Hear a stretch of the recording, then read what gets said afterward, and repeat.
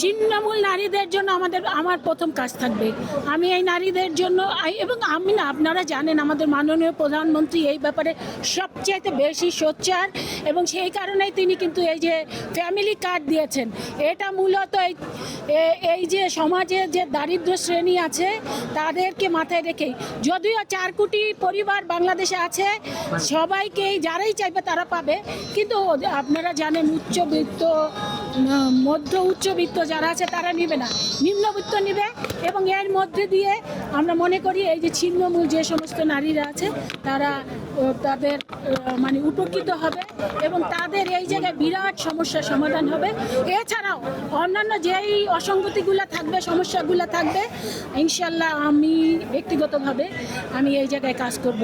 তাদের একটু হলেও যদি সমস্যার সমাধান করতে পারি, সেই জায়গায় আমি আবার সর্বশক্তি, আমার শ্রম, আমার মেধা, আমার পারিবারিক অর্থ যা আছে সেটা দিয়ে কাজ করে যাবো ইনশাল্লাহ।